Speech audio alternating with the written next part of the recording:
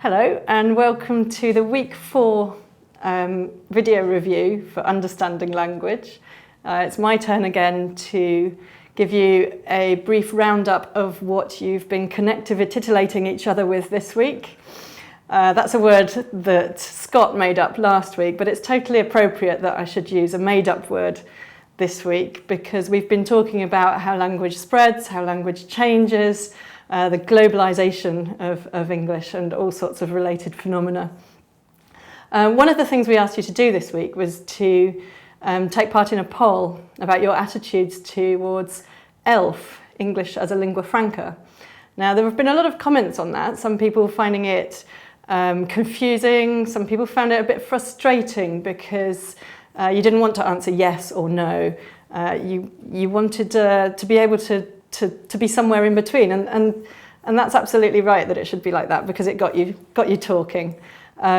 We've had over 1,000 of you commenting this week, and the course has received over 12,000 comments overall.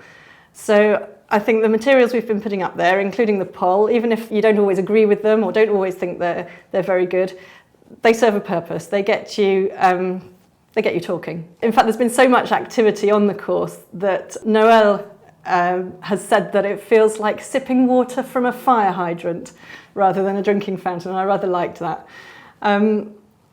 Okay, so as for the discussions, the top thread this week, statistically, so that's the thread that's had the most responses and most likes, was started by Liz, and we've been discussing what ELF is and what it isn't.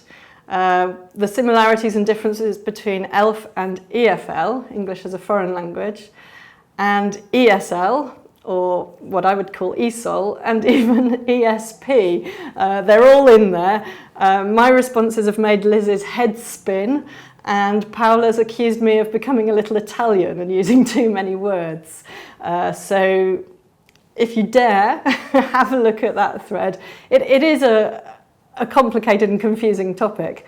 I think the key thing about ELF research is that it raises awareness of the fact that not all English learners are learning English in order to go and use it in a predominantly English-speaking environment.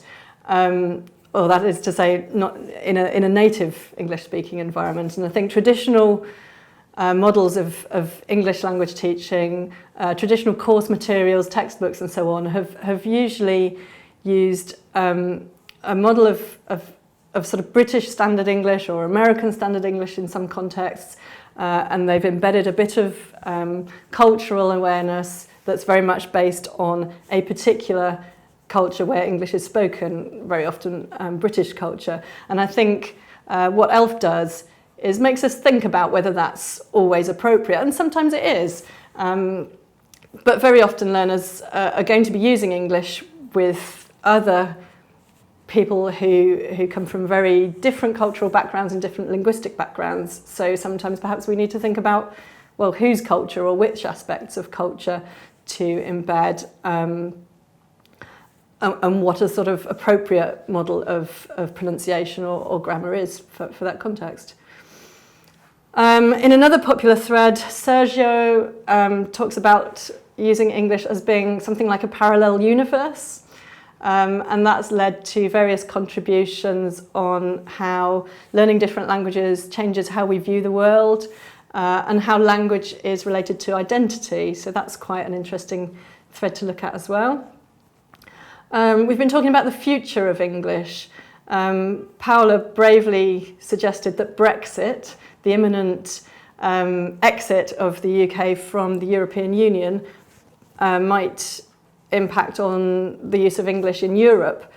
I wonder what other sort of global events you think might impact on the influence of English and the dominance of English around the world.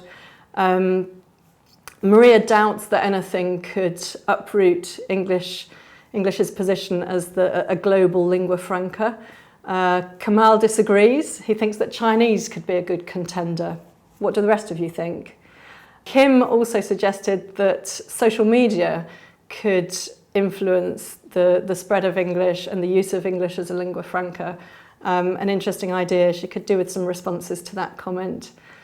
Okay, well, I think that's about it for this week. Thank you for all your contributions. Keep them coming, and I look forward to working with you in week 5, our 5th and final week.